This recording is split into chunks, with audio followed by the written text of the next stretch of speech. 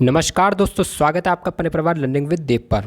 तो दोस्तों, आज ये हमारी यूपी पैड 2023 के लिए जीके की 24वीं क्लास है, जहां पर आज हम 25 क्वेश्चंस को करेंगे।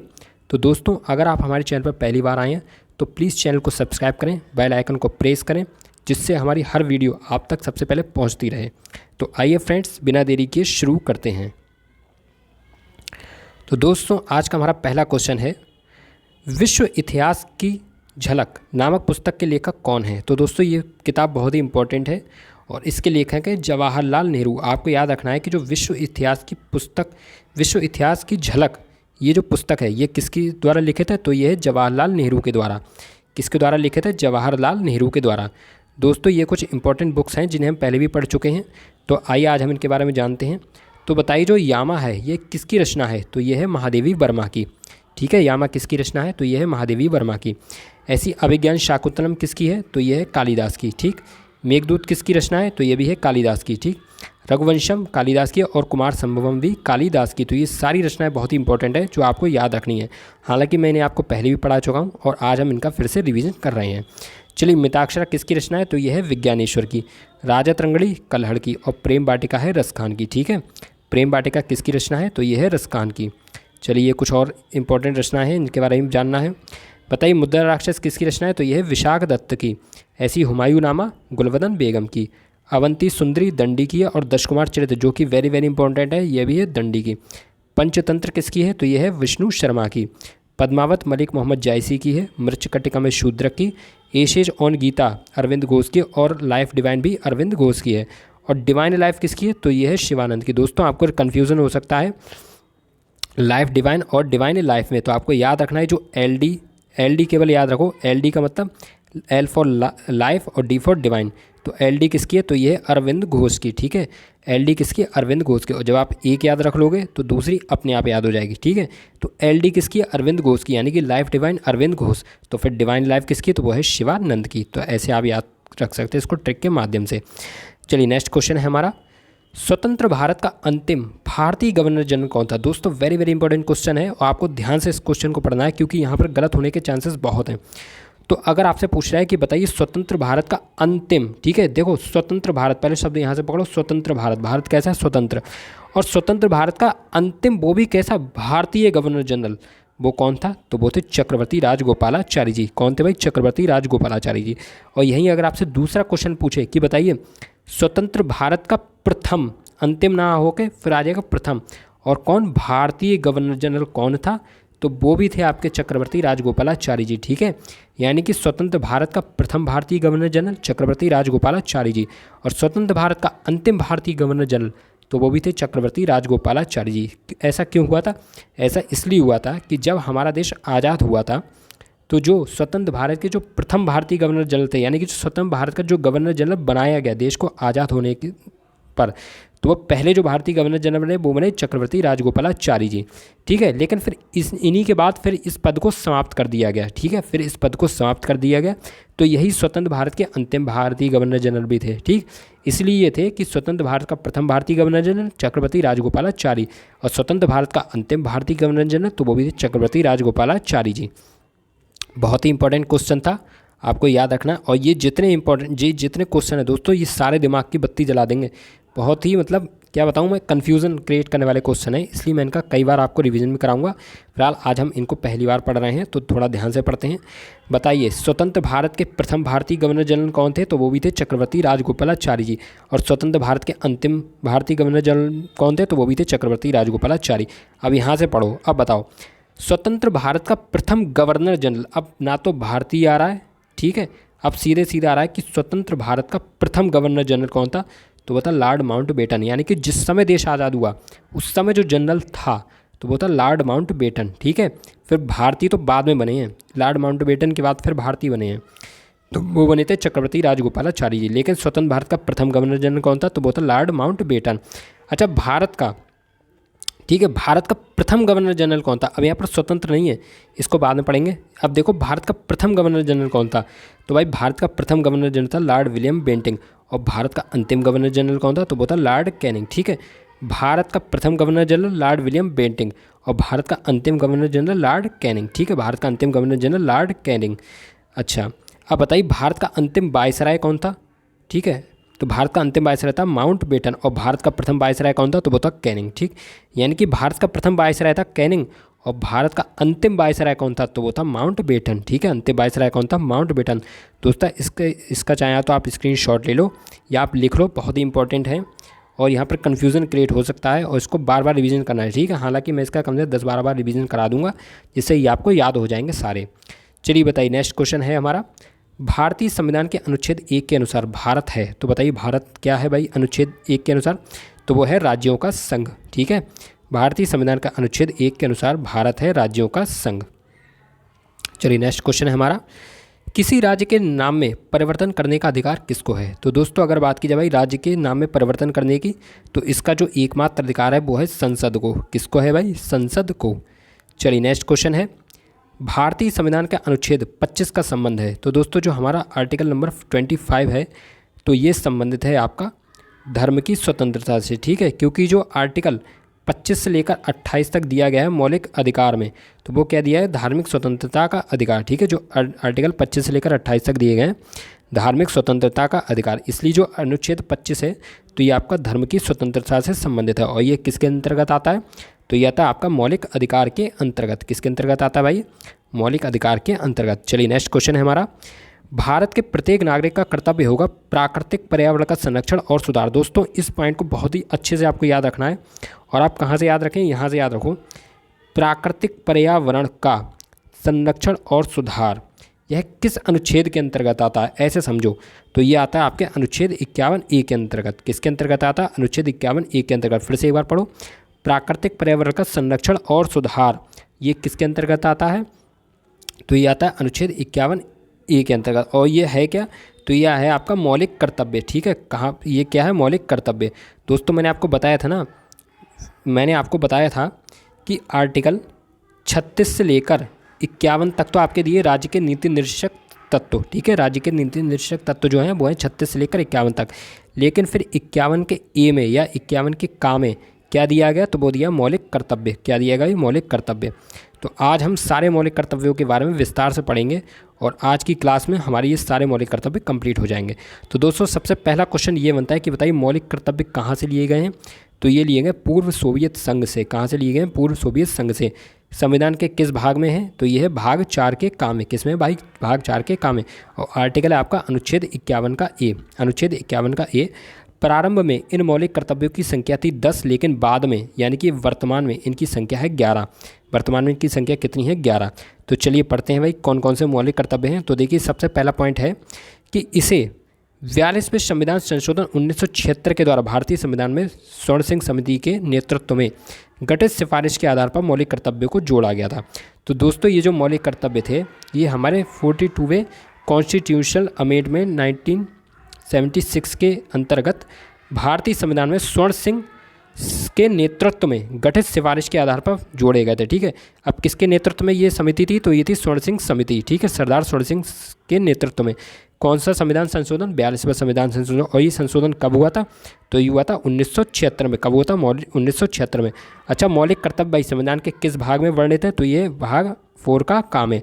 और अनुच्छेद तो ये है 51 का ए। ठीक है, अच्छा तो इन्हें भाई नेक्स्ट पॉइंट है हमारा कि इन्हें भूतपूर्व सोवियत संघ के संविधान से भारतीय संविधान में जोड़ा गया था। तो भाई इन्हें कहाँ से जोड़ा गया है? तो इन्हें जोड़ा गया सोवियत संघ के संविधान से। चलिए अब हम पढ़ेंगे भाई मौलिक कर्तव्य। ठीक, तो आज की क्लास में हमारे सारे मौलिक कर्तव्य याद कंप्लीट हो जाएंगे और मैं आशा करता हूँ ये आपको याद भी हो जाएंगे। हालांकि मैं इसका 5-6 बार रिवीजन करा दूंगा जिससे ये आपको कंप्लीट हो जाएंगे। चलिए दोस्तों, तो सबसे पहला पॉइंट है यहाँ पर संविधान का पालन करें और उसके आदर्शों, संस्थाओं, राष्ट्रध्वज और राष्ट्रगान का सम्मान करें। अब यहाँ से आपसे क्वेश्चन इस तरह से पूछा जाएगा कि बताइए राष्ट्रध्वज का सम्मान, ठीक है, ये कहाँ पर दिया गया है? यह राष्ट्रध्वज का सम्मान करना नागरिकों का कर्तव्य है। तो ये कहाँ पर दिया गया? तो ये दिया गया मौलिक कर्तव्य में। ठीक है, किसके अंतर्गत है? मौलिक कर्तव्य में। तो इस तरह से आपको क्वेश्चन याद रखना है। ठीक है, क्योंकि ऐसे इन वर्डों को पकड़ो कि आदर्श संस्थाओं, राष्ट्रध्वज और राष्ट्रगान का सम्मान करें। ये कहाँ पर कहा गया है? तो ये कहा गया मौलिक कर्तव्य में। ऐसी स्वतंत्रता के लिए हमारे राष्ट्रीय आंदोलन को प्रेरित करने वाले आदर्शों को हृदय में संजोए रखें, उनका सम्मान करें। तो ये भी है हमारा मौलिक कर्तव्य के अंतर्गत। ऐसे अगला पॉइंट है देश की एकता, अखंडता और संप्रभुता की रक्षा करें और उसे अक्षुण्ण बनाए रखें। तो ये कहाँ पर कहा गया है? तो ये कहा गया भाई मौलिक कर्तव्य में। ऐसी देश की रक्षा करें और आह्वान किए जाने पर देश की सेवा करें। तो दोस्तों ये भी कहा गया आपके मौलिक कर्तव्य में। तो ये आपको कुछ जो की पॉइंट है इनको याद रखना है कि देश संविधान का पालन करें, उसके आदर्शों, संस्थाओं और राष्ट्रध्वज, राष्ट्रगान का सम्मान करें। ये जो 3 पॉइंट याद रखो, आदर्श, संस्था और राष्ट्रध्वज, राष्ट्रगान का सम्मान, तो ये आपके मौलिक कर्तव्य में कहा गया है। ठीक है, ऐसी देश की एकता, अखंडता और संप्रभुता की रक्षा करें, ये भी मौलिक कर्तव्य में कहा गया। और राष्ट्रीय आंदोलन को प्रेरित करने वाले आदर्शों को हृदय में संजोए रखें, ये कहाँ कहाँ पर कहा गया, मौलिक कर्तव्य में। देश की रक्षा करें और आह्वान किए जाने पर देश की सेवा करें, तो ये भी आपके मौलिक कर्तव्य में कहा गया है। तो बस इन की पॉइंट को याद रखना है। ठीक है, हालांकि मैंने रेड कलर से भी थोड़ा हाईलाइट कर दिया है, तो ये भी आपको ऐसे याद रहेंगे। अब बताइए, समान भ्रातृत्व की भावना का विकास करें, किसके अंतर्गत है, मौलिक कर्तव्य के अंतर्गत।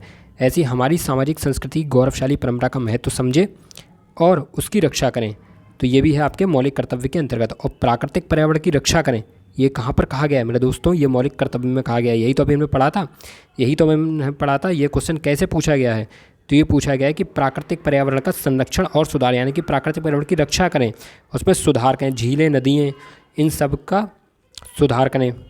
तो ये कहाँ पर, या इन सब की रक्षा करें, तो ये किसके अंतर्गत है मेरे दोस्तों, ये है मौलिक कर्तव्य के अंतर्गत। और ये आपने कहाँ पे देखा, ये पॉइंट नंबर 7 में देखा, प्राकृतिक पर्यावरण की रक्षा करें। तो दोस्तों जो क्वेश्चन है बिल्कुल इस तरह से पूछा जाएगा। ठीक है, इन्हें आपको रटने की ज़रूरत नहीं है। मौलिक अधिकार, नीति निर्देशक तत्व, वहाँ पर तो हम आर्टिकल रटते थे, लेकिन यहाँ पर बस हमें इन 11 पॉइंटों को कम से 5 बार पढ़ना, एक बार बस दिमाग में भर जाए बस, फिर उसके बाद कोई ज़रूरत नहीं है बस। और मैं तो आपको बताऊँ, ज़्यादा मत पढ़ो, केवल इन की पॉइंट्स को पढ़ लो, यहाँ से आपका क्वेश्चन फंस जाएगा। ठीक, चलिए अगला पॉइंट है, वैज्ञानिक दृष्टिकोण और ज्ञानार्जन की भावना का विकास करें, तो ये भी आपके मौलिक कर्तव्य में कहा गया। और सार्वजनिक संपत्ति की रक्षा करें और हिंसा से दूर रहें, कहाँ कहा गया भाई, ये कहा गया है आपके मौलिक कर्तव्य में। बस इस तरह से आपको ये चीज़ याद रखनी है। ठीक, हालांकि मैं इसका बेटा इतना 10-15 बार रिवीजन करा दूँगा ना कि तुम्हें याद हो जाएंगे, इस बात का तुम्हें याद रखना। अगला पॉइंट है हमारा, व्यक्तिगत और सामूहिक गतिविधियों के क्षेत्र में आगे बढ़ने का प्रयास करें, जिससे राष्ट्र भी उन्नति करेगा, तो ये भी आपके मौलिक कर्तव्य के अंतर्गत कहा गया है। और अगला बहुत ही इंपॉर्टेंट है, 6 से 14 वर्ष के आयु के बच्चों के लिए प्राथमिक शिक्षा माता पिता या संरक्षक को सौंपी गई है, और इसको 86वें संविधान संशोधन 2002 के अंतर्गत शामिल किया गया है। तो दोस्तों कितने वर्ष के आयु के बच्चों के लिए कहा गया है, तो ये कहा गया 6 से 14 वर्ष के आयु के बच्चों के लिए क्या कहा गया है कि इनकी जो प्राथमिक शिक्षा है ये माता पिता या संरक्षक को सौंपी गई। भाई किसको सौंपी गई, प्राथमिक शिक्षा जो है माता पिता या संरक्षक को सौंपी गई है। किस संविधान संशोधन के अंतर्गत इसे शामिल किया गया, तो इसे किया गया 86वें संविधान संशोधन 2002 के अंतर्गत। दोस्तों अगर वीडियो पसंद आ रही है तो प्लीज़ लाइक करके चैनल को सब्सक्राइब जरूर करें, बेल आइकन को प्रेस करें और कमेंट बॉक्स में ज़रूर बताएं कि बताइए क्लास कैसी लग रही है। चलिए दोस्तों अगला क्वेश्चन है हमारा, किस हड़प्पाकालीन स्थल से प्राप्त जार पर चोंच में मछली दबाए चिड़िया एवं पेड़ के नीचे खड़ी लोमड़ी का चित्रांकन मिलता है, तो दोस्तों ये आपका मिलता है लोथल से। कहाँ से मिलता है, लोथल से। फिर से एक बार क्वेश्चन को पढ़ो कि किस हड़प्पाकालीन स्थल से प्राप्त जार पर चोंच में मछली दबाए चिड़िया एवं पेड़ के पीछे खड़ी लोमड़ी का चित्रांकन मिलता है, तो वो मिलता है आपके लोथल से। कहाँ से मिलता है भाई, लोथल से। चलिए दोस्तों नेक्स्ट क्वेश्चन है हमारा, निम्नलिखित में से कौन गुलरुखी उपनाम से कविता लिखा करता था। दोस्तों बहुत ही इंपॉर्टेंट क्वेश्चन है, गुलरुखी उपनाम से जो कविता लिखा करता था तो वो कौन था, तो वो था सिकंदर लोधी। कौन था भाई, सिकंदर लोधी। बहुत ही ज़्यादा इंपॉर्टेंट क्वेश्चन था ये आपको याद रखना था। चलिए नेक्स्ट क्वेश्चन हमारा, सल्तनत काल में भू राजस्व का सर्वोत्तम ग्रामीण अधिकारी कौन था। तो दोस्तों अगर बात की जाए भाई सल्तनत काल की, तो इसमें जो भू राजस्व का जो सर्वोत्तम ग्रामीण अधिकारी था तो वो था चौधरी। कौन था भाई, चौधरी। चलिए नेक्स्ट क्वेश्चन है, बहुत ही ज़्यादा इंपॉर्टेंट क्वेश्चन है भाई जी वाला।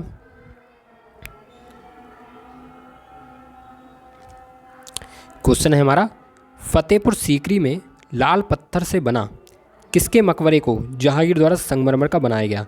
तो दोस्तों ये बनवाया गया था सलीम चिश्ती का मकबरा। जो शेख सलीम चिश्ती था, इनका मकबरा फतेहपुर सीकरी में लाल पत्थर से, ठीक है, और जहांगीर द्वारा संगमरमर का बनवाया गया था। तो ये बनवाया गया था, किसका मकबरा था, तो ये था सलीम चिश्ती का। किसने बनवाया गया था, जहांगीर ने। कहाँ पर बनवाया था, फतेहपुर सीकरी में। कौन से पत्थर का प्रयोग हुआ था, लाल पत्थर से बना था। और इसे किसके द्वारा, इसे किसका बनवाया गया था, तो ये बनाया था संगमरमर का। ठीक है, किसका प्रयोग हुआ था, संगमरमर का। चलिए नेक्स्ट क्वेश्चन है हमारा, किस मुगल शासक को आलमगीर कहा जाता था। तो दोस्तों जो आलमगीर कहा जाता था, ये कहा जाता था औरंगजेब को। किसको कहा जाता था भाई, औरंगजेब को। चलिए नेक्स्ट क्वेश्चन है,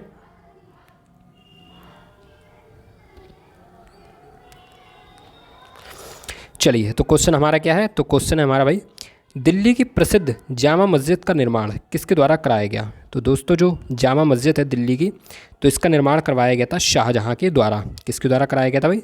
शाहजहाँ के द्वारा। चलिए नेक्स्ट क्वेश्चन, और वेरी वेरी इंपॉर्टेंट क्वेश्चन दोस्तों, इसको हाईलाइट कर देना, स्टार बना के लिख लेना। निम्नलिखित में से किस मराठा पेशवा को मैकियावेली कहा जाता है? तो दोस्तों वो मराठा पेशवा जिन्हें मैकियावेली कहा जाता है तो वो थे आपके नाना फडणवीस जी। कौन थे भाई? नाना फडणवीस जी। चलिए नेक्स्ट क्वेश्चन है हमारा, वेरी वेरी इंपॉर्टेंट क्वेश्चन ये भी है। भारत में ईस्ट इंडिया कंपनी का पहला गवर्नर कौन था? तो दोस्तों जो भारत में ईस्ट इंडिया कंपनी जो थी, तो इसका जो पहला गवर्नर था तो वो था वारेन हेस्टिंग्स। कौन था भाई? Warren Hastings. चलिए नेक्स्ट क्वेश्चन है, भारत में पहली सूती वस्त्र मिल कहाँ स्थापित की थी? वेरी वेरी इंपॉर्टेंट क्वेश्चन दोस्तों, इस पर स्टार लगाना, आज वाले क्वेश्चन बहुत ही ज़बरदस्त हैं। तो भारत की जो पहली सूती वस्त्र मिल थी तो वो स्थापित की गई थी बम्बई में। कहाँ पर स्थापित की गई थी भाई? बम्बई में। चलिए नेक्स्ट क्वेश्चन है, ये भी बहुत ज़्यादा इंपॉर्टेंट क्वेश्चन है भाई, बहुत ही वास्तव में आज के क्वेश्चन बहुत ज़बरदस्त हैं। निम्नलिखित में से किसके द्वारा स्वामी विवेकानंद को आधुनिक राष्ट्रीय, ये उपाधि है, आधुनिक राष्ट्रीय आंदोलन का आध्यात्मिक पिता कहा गया है? तो भाई ये किसने कहा गया है? तो ये कहा गया है सुभाष चंद्र बोस जी ने। किसने कहा है भाई? सुभाष चंद्र बोस जी ने कहा है। नेक्स्ट क्वेश्चन है, 1857 की क्रांति के बाद बहादुर शाह जफर को कहाँ भेजा गया था? तो दोस्तों जो 1857 की जो क्रांति थी तो इसके बाद जो बहादुर शाह जफर को भेजा गया था तो वो भेजा गया था रंगून में। कहाँ पर भेज दिया गया था? रंगून में। दोस्तों आज हम 1857 की क्रांति से संबंधित कुछ इंपॉर्टेंट क्वेश्चंस के बारे में पढ़ेंगे। तो आइए फ्रेंड्स शुरू करते हैं, इसके बारे में जानते हैं क्या क्या थी, और इस क्रांति को हम बहुत ही विस्तार से पढ़ेंगे आगे आने वाली क्लासेस में। चलिए तो दोस्तों आज के कुछ इंपॉर्टेंट पॉइंट हैं कि ये जो क्रांति थी ये मेरठ से प्रारंभ हुई थी। ठीक है, सबसे पहले आपको ये पता होना चाहिए कि जो 1857 की क्रांति थी ये कहाँ से प्रारंभ हुई थी? तो ये हुई थी मेरठ से प्रारंभ। अच्छा, इसका तात्कालिक कारण क्या था? सबसे ज़्यादा इंपॉर्टेंट, तो 1857 की क्रांति का तात्कालिक कारण था चर्बी वाले कारतूसों का प्रयोग। क्या था भाई तात्कालिक कारण? तो ये था चर्बी वाले कारतूसों का प्रयोग। और इस क्रांति में शहीद होने वाले प्रथम व्यक्ति कौन थे? तो वो था भाई मंगल पांडे जी। ठीक है, कौन थे भाई शहीद होने वाले प्रथम व्यक्ति? तो वो थे मंगल पांडे जी। और इस समय ब्रिटेन का प्रधानमंत्री लॉर्ड पॉर्मस्टन था। दोस्तों सारे क्वेश्चन बहुत इंपॉर्टेंट हैं। कहाँ से प्रारंभ हुई थी? मेरठ से। तात्कालिक कारण चर्बी वाले कारतूसों का प्रयोग। इस क्रांति में शहीद होने वाले प्रथम व्यक्ति मंगल पांडे जी। ब्रिटेन का प्रधानमंत्री कौन था उस समय? तो वो था Lord पॉर्मस्टन।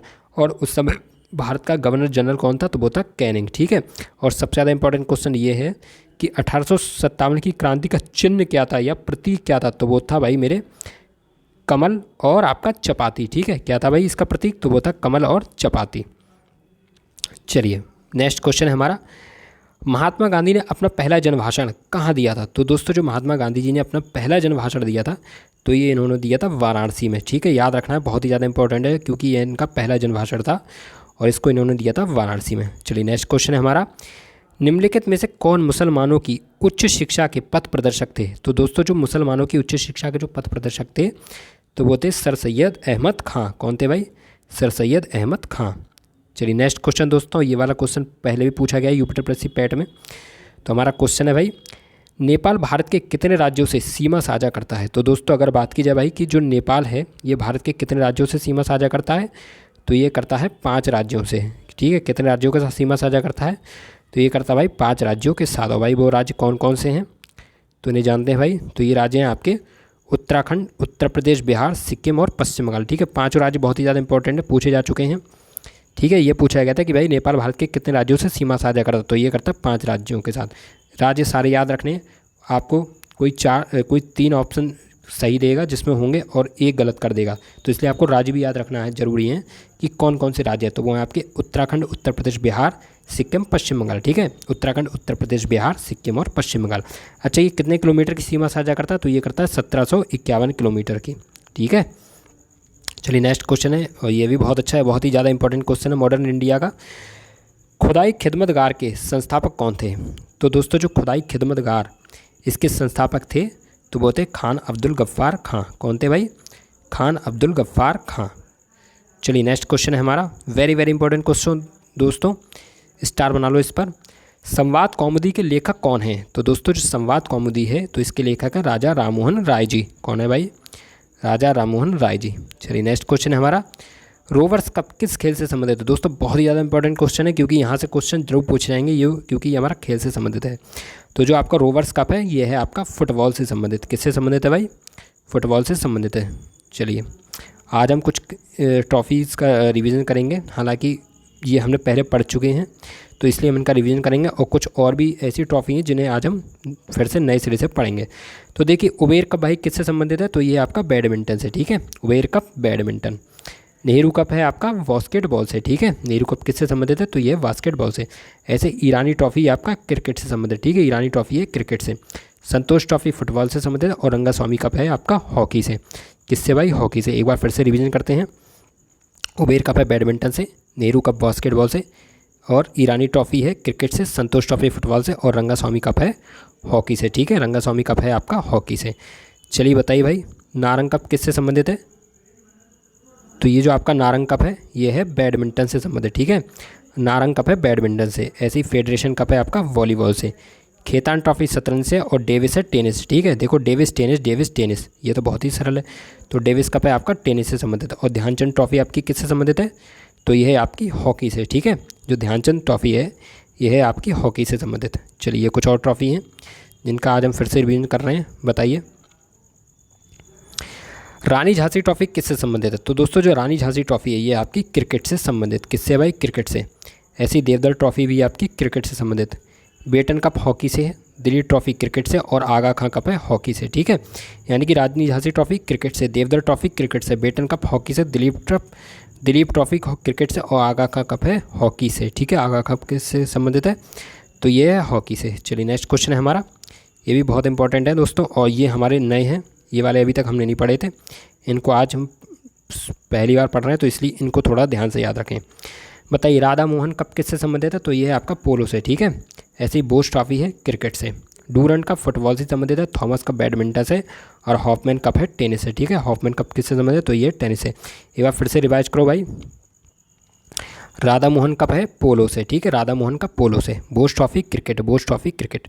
Durand cup football. Thomas cup badminton, और हॉफमैन कप टेनिस, ठीक, हॉफमैन कप टेनिस। देखो जब आप इनका 5-6 बार रिवीजन कर लोगे ना तो ये आपको अपने आप याद हो जाएंगे, और मैं आपको इनको कम से कम 10-12 बार रिवीजन करा दूंगा, ठीक है। मैं तो कराता ही रहूँगा जब तक पेपर हो नहीं जाएगा। मैं तो रोज़ ही रिवीजन कराऊंगा जब तक तुम्हें कभी रटवा ना दूँ, ठीक। चलिए भाई नेक्स्ट क्वेश्चन है हमारा, विश्व पर्यावरण दिवस कब मनाया जाता है? तो दोस्तों अगर बात की जाए विश्व पर्यावरण दिवस की तो ये मनाया था आपका 5 जून को। कब मनाया जाता है भाई? 5 जून को। चलिए दोस्तों आज हम मार्च के दिवस पढ़ेंगे, और अप्रैल के पढ़ेंगे, और मई के दिवस पढ़ेंगे। चलिए तो भाई सबसे पहले हम जानते हैं भाई 1 मार्च को कौन सा दिवस मनाया जाता है? तो ये मनाया था आपका शून्य भेदभाव दिवस, ठीक है, 1 मार्च को मनाया था शून्य भेदभाव दिवस। 3 मार्च को आपका मनाया जाता है विश्व वन्यजीव दिवस, ठीक है, 3 मार्च को विश्व वन्यजीव दिवस। 4 मार्च को राष्ट्रीय सुरक्षा दिवस, और 7 मार्च को जन औषधि दिवस, ठीक, 7 मार्च जन औषधि दिवस। 8 मार्च को आपका मनाया था अंतर्राष्ट्रीय महिला दिवस, ठीक है, 8 मार्च को अंतर्राष्ट्रीय महिला दिवस। और राष्ट्रीय महिला दिवस आपका मनाया जाता 13 फरवरी को, ठीक। ये तो हम कई बार पढ़ चुके हैं मार्च वाले भी, और आज हमने फरवरी वाले इसलिए हम नहीं लेके आए क्योंकि उन्हें कम से मुझे ऐसा लगता है मैंने 7-8 क्लासों में तो कम से कम पढ़ाई दी हो सकता है शायद मैं 10 बार पढ़ा दिया हो। चलिए बताइए 9 मार्च को कौन सा दिवस मनाया जाता? तो वो मनाया था आपका विश्व किडनी दिवस। ऐसे ही 10 मार्च को CISF स्थापना दिवस। 14 मार्च को अंतर्राष्ट्रीय गणित दिवस, और 15 मार्च को विश्व उपभोक्ता अधिकार दिवस। 16 मार्च को राष्ट्रीय टीकाकरण दिवस। 20 मार्च को अंतर्राष्ट्रीय गौरैया दिवस और अंतर्राष्ट्रीय प्रसन्नता दिवस। तो ये कब मनाया था आपका? 20 मार्च को। एक बार फिर से पढ़ते हैं। 9 मार्च विश्व किडनी दिवस, 10 मार्च CISF स्थापना दिवस, 14 मार्च अंतर्राष्ट्रीय गणित दिवस, 15 मार्च विश्व उपभोक्ता अधिकार दिवस, 16 मार्च राष्ट्रीय टीकाकरण दिवस, 20 मार्च अंतर्राष्ट्रीय गौरैया दिवस और अंतर्राष्ट्रीय प्रसन्नता दिवस। देखो जो 20 मार्च है इसको अंतर्राष्ट्रीय दिवस मनाया जाता है और गौरैया को देख के बच्चे प्रसन्न हो जाते हैं, तो इसलिए अंतर्राष्ट्रीय प्रसन्नता दिवस भी उसी दिन मनाया जाता है जिस दिन अंतर्राष्ट्रीय गौरैया दिवस मनाया जाता है, और ये मनाया था भाई 20 मार्च को। चलिए नेक्स्ट क्वेश्चन है, नेक्स्ट पॉइंट है हमारा यहाँ पर। चलिए बताइए 21 मार्च को कौन सा दिवस मनाया जाता है? तो 21 मार्च को मनाया जाता है भाई अंतर्राष्ट्रीय वन दिवस। ऐसे ही 22 मार्च को विश्व जल दिवस, 23 मार्च को विश्व मौसम विज्ञान दिवस और शहीद दिवस, 24 मार्च को विश्व क्षय रोग दिवस और 27 मार्च को विश्व रंगमंच दिवस। एक बार फिर से पढ़ते हैं भाई। 21 मार्च अंतर्राष्ट्रीय वन दिवस, 22 मार्च विश्व जल दिवस, 23 मार्च विश्व मौसम विज्ञान दिवस और शहीद दिवस, 24 मार्च विश्व क्षय रोग दिवस और 27 मार्च विश्व रंगमंच दिवस। ठीक, 27 मार्च विश्व रंगमंच दिवस। दोस्तों अब हम पढ़ेंगे भाई अप्रैल के दिवस के बारे में। तो देखिए 4 अप्रैल को आपको मनाया था अंतर्राष्ट्रीय खदान दिवस। ठीक है, 4 अप्रैल अंतर्राष्ट्रीय खदान दिवस। 5 अप्रैल राष्ट्रीय समुद्री दिवस, 5 अप्रैल राष्ट्रीय समुद्री दिवस। 6 अप्रैल राष्ट्रीय खेल दिवस, 6 अप्रैल राष्ट्रीय खेल दिवस। 7 अप्रैल को विश्व स्वास्थ्य दिवस और 10 अप्रैल को विश्व होम्योपैथी दिवस। एक बार दोबारा पढ़ो भाई। 4 अप्रैल को अंतर्राष्ट्रीय खदान दिवस, 5 अप्रैल राष्ट्रीय समुद्री दिवस, 6 अप्रैल को आपको मनाया जाता है राष्ट्रीय खेल दिवस और 7 अप्रैल को विश्व स्वास्थ्य दिवस। 10 अप्रैल को मनाया जाता है विश्व होम्योपैथी दिवस। ठीक है, 10 अप्रैल को मनाया जाता है विश्व होम्योपैथी दिवस। चलिए आगे बढ़े भाई। बताइए 11 अप्रैल को कौन सा दिवस मनाया था? तो मनाया था आपका राष्ट्रीय सुरक्षित मातृत्व दिवस। ऐसे ही 14 अप्रैल को समानता दिवस। 17 अप्रैल को विश्व हीमोफीलिया दिवस। 18 अप्रैल विश्व विरासत दिवस। 19 अप्रैल विश्व यकृत दिवस और 21 अप्रैल राष्ट्रीय सिविल सेवा दिवस। ठीक है, 21 अप्रैल राष्ट्रीय सिविल सेवा दिवस। एक बार फिर से पढ़ते हैं। 11 अप्रैल राष्ट्रीय सुरक्षित मातृत्व दिवस। 14 अप्रैल समानता दिवस। 17 अप्रैल विश्व हीमोफीलिया दिवस। 18 अप्रैल विश्व विरासत दिवस। 19 अप्रैल विश्व यकृत दिवस और 21 अप्रैल को मनाया जाता है आपका राष्ट्रीय सिविल सेवा दिवस। ठीक है, 21 दिवस को मनाया जाता है राष्ट्रीय सिविल सेवा दिवस। चलिए आगे बढ़ते हैं। 22 अप्रैल को मनाया जाता है आपका विश्व पृथ्वी दिवस। ठीक है, 22 अप्रैल को विश्व पृथ्वी दिवस। 23 अप्रैल विश्व पुस्तक दिवस। 24 अप्रैल को राष्ट्रीय पंचायती राज दिवस। 25 अप्रैल विश्व मलेरिया दिवस। 26 अप्रैल विश्व बौद्धिक संपदा दिवस। 30 अप्रैल को मनाया था आयुष्मान भारत दिवस और विश्व पशु चिकित्सा दिवस। तो एक कब मनाया जाता है? ये मनाया था आपका 30 अप्रैल को। एक बार फिर से पढ़ो भाई। 22 अप्रैल विश्व पृथ्वी दिवस। 23 अप्रैल विश्व पुस्तक दिवस। 24 अप्रैल राष्ट्रीय पंचायती राज दिवस। 25 अप्रैल विश्व मलेरिया दिवस। 26 अप्रैल विश्व बौद्धिक संपदा दिवस। 30 अप्रैल आयुष्मान भारत दिवस और विश्व पशु चिकित्सा दिवस। चलिए आज हम पढ़ेंगे पहली बार मई के दिवस। ठीक है, क्योंकि मार्च के भी हमने कई बार पढ़े हैं और अप्रैल के भी कई बार पढ़े हैं, लेकिन हम पढ़ रहे हैं आज पहली बार मई के दिवस। तो इनको थोड़ा सा आराम से पढ़ते हैं। बताइए भाई 1 मई को कौन सा दिवस मनाया जाता है? तो 1 मई को मनाया जाता है आपका अंतर्राष्ट्रीय श्रमिक दिवस। ठीक है, अंतर्राष्ट्रीय श्रमिक दिवस कब मनाया जाता है? तो ये मनाया जाता है 1 मई को। ऐसे ही 1 मई को आपको मनाया जाता है विश्व हास्य दिवस। ठीक है, विश्व हास्य दिवस कब मनाया जाता है? तो ये मनाया जाता है आपका 1 मई को। ठीक, 3 मई को कौन सा दिवस मनाया जाता है? तो ये मनाया जाता है आपका विश्व प्रेस स्वतंत्रता दिवस और विश्व अस्थमा दिवस। ठीक है, 3 मई को विश्व प्रेस स्वतंत्रता दिवस और विश्व अस्थमा दिवस। 8 मई को आपको मनाया था विश्व रेड क्रॉस दिवस। ठीक है, 8 मई को मनाया था विश्व रेड क्रॉस दिवस। 11 मई को राष्ट्रीय प्रौद्योगिकी दिवस। ठीक है, 11 मई को मनाया जाता है आपका राष्ट्रीय प्रौद्योगिकी दिवस। एक बार फिर से पढ़ते हैं। 1 मई को अंतर्राष्ट्रीय श्रमिक दिवस। 1 मई को और दूसरा दिवस मनाया था विश्व हास्य दिवस। 3 मई को विश्व प्रेस स्वतंत्रता दिवस और विश्व अस्थमा दिवस। ठीक है, देखो 1 मई को दो दिवस मनाए थे, अंतर्राष्ट्रीय श्रमिक दिवस और विश्व हास्य दिवस। 3 मई को भी 2 दिवस मनाए थे, विश्व प्रेस स्वतंत्रता दिवस और विश्व अस्थमा दिवस। ठीक, 8 मई को आपका विश्व रेड क्रॉस दिवस मनाया था और 11 मई को मनाया जाता है राष्ट्रीय प्रौद्योगिकी दिवस। चलिए आगे बढ़ते हैं भाई। बताइए 12 मई को कौन सा दिवस मनाया जाता है? तो 12 मई को मनाया जाता है अंतर्राष्ट्रीय नर्स दिवस। ऐसे ही 15 मई को मनाया जाता है विश्व परिवार दिवस। ठीक, 12 मई को अंतर्राष्ट्रीय नर्स दिवस और 15 मई को विश्व परिवार दिवस। 18 मई को अंतर्राष्ट्रीय संग्रहालय दिवस। ठीक, और 20 मई को आपका विश्व मधुमक्खी दिवस। ठीक, 18 मई को अंतर्राष्ट्रीय संग्रहालय दिवस और 20 मई को विश्व मधुमक्खी दिवस मनाया जाता है। ऐसे ही आपका 22 मई को कौन सा दिवस मनाया जाता है? तो ये मनाया जाता है आपका अंतर्राष्ट्रीय जैव विविधता दिवस। एक बार फिर से पढ़ते हैं। 12 मई को अंतर्राष्ट्रीय नर्स दिवस। 15 मई को विश्व परिवार दिवस और 18 मई को आपको मनाया जाता है अंतर्राष्ट्रीय संग्रहालय दिवस। ठीक है, 18 मई को मनाया था अंतर्राष्ट्रीय संग्रहालय दिवस। 20 मई को विश्व मधुमक्खी दिवस और 22 मई को मनाया था अंतर्राष्ट्रीय जैव विविधता दिवस। ठीक है, अंतर्राष्ट्रीय जैव विविधता दिवस ये मनाया जाता है आपका 22 मई को। अच्छा, एक और है, ये है आपका विश्व परिवार दिवस। ये कब मनाया था? 15 मई को। और हमने पढ़ा था वैश्विक परिवार दिवस कब मनाया जाता? तो दोस्तों वैश्विक परिवार दिवस मनाया था 1 जनवरी को। याद कराते ही कराया था, एक बार फिर से देखना जाके। वैश्विक परिवार दिवस मनाया था 1 जनवरी को और विश्व परिवार दिवस मनाया था 15 मई को। तो ये आपको याद होना चाहिए। ठीक है, हम कई बार मैंने आपको पढ़ाया है, तो मैं आशा करता हूँ आपको याद हो गया होगा। चलिए बताइए विश्व कछुआ दिवस कब मनाया जाता? तो ये मनाया था 23 मई को। राष्ट्रमंडल दिवस 24 मई को। ठीक, विश्व कछुआ दिवस 23 मई और राष्ट्रमंडल दिवस 24 मई। विश्व थायराइड दिवस 26 मई और माउंट एवरेस्ट दिवस 29 मई। ठीक, विश्व थायराइड दिवस 26 मई और माउंट एवरेस्ट दिवस 29 मई। और विश्व तंबाकू दिवस कब मनाया था? तो ये मनाया था 31 मई को। ठीक है, जो विश्व तंबाकू रोकथाम दिवस है या निषेध दिवस है, तो ये मनाया जाता है आपका 31 मई को। कब मनाया था भाई? 31 मई को।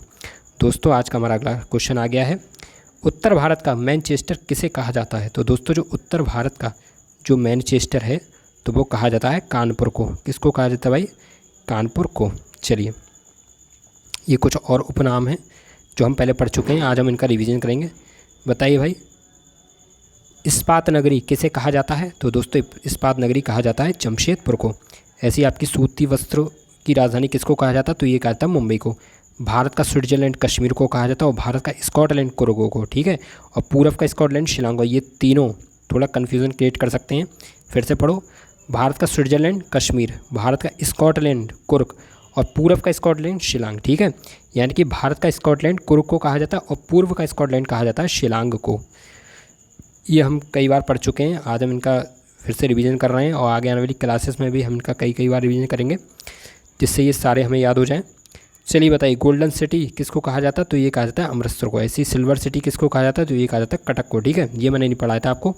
गोल्डन सिटी अमृतसर को कहा जाता है और सिल्वर सिटी कटक को कहा जाता है। झीलों का शहर श्रीनगर को कहा जाता है और ग्रीन सिटी कहा जाता है आपके गांधीनगर को। अच्छा, gateway of north east India के नाम से कैसे पुकारा जाता है? तो ये पुकारा जाता है भाई गुवाहाटी को। और मिनी मुंबई कहा जाता है इंदौर को। और जो भारत का पिट्सबर्ग है ये कहा जाता है आपके जमशेदपुर को। किसको कहा जाता है भाई? जमशेदपुर को। और सुरमा नगरी किसको कहा जाता है? तो ये कहा जाता है आपके बरेली को। चलिए दोस्तों, तो ये आज का हमारा होमवर्क वाला क्वेश्चन आ गया है, और जो भी बच्चा होमवर्क वाले इस क्वेश्चन का सही जवाब देगा उसका मैं नाम कमेंट बॉक्स में बताऊंगा। और दोस्तों आपके लिए एक बहुत ही खुशखबरी है, वो ये है कि अब से बुधवार से, ठीक है, ये जो बुधवार आने वाला है, अभी क्या हो रहा था भाई, हमारी तरफ थोड़ी लाइट की प्रॉब्लम चल रही थी, जिस वजह से हमको करंट अफेयर की क्लास नहीं दे पा रहे थे। तो अब बुधवार से आपको कंटिन्यू बेसिस पर करंट अफेयर की क्लास रोज़ मिलेगी, रोज़ाना। आई समझ में नहीं? रोज़ाना 50 क्वेश्चन तुम्हें मिलेंगे, अच्छे से याद करना, बहुत बढ़िया करके। नोट्स बिल्कुल नहीं बनाना, PDF प्रोवाइड करा दूंगा। रोज़ाना करंट अफेयर्स के 50 क्वेश्चन, जीके की ये जो क्लास है इसके 50 क्वेश्चन, सॉरी 50 नहीं, इसके 25 क्वेश्चन। और जो हिंदी है, हिंदी शुरू करने जा रहे हैं। बहुत ही बड़ी खुशखबरी दोस्तों, अभी तक हमने हिंदी एक बार नहीं पढ़ाई है, अब हम आपको हिंदी पढ़ाएंगे। कब से? बुधवार से। तो इसलिए दोस्तों रेडी रहें, तैयार रहें बुधवार के लिए। आपको रोज़ एक क्लास मिलेगी, रोज़, ठीक है। अभी तक क्या हो रहा था, लाइट चली जा रही थी, तो इस वजह से लैपटॉप भी नहीं चार्ज हो पा रहा था।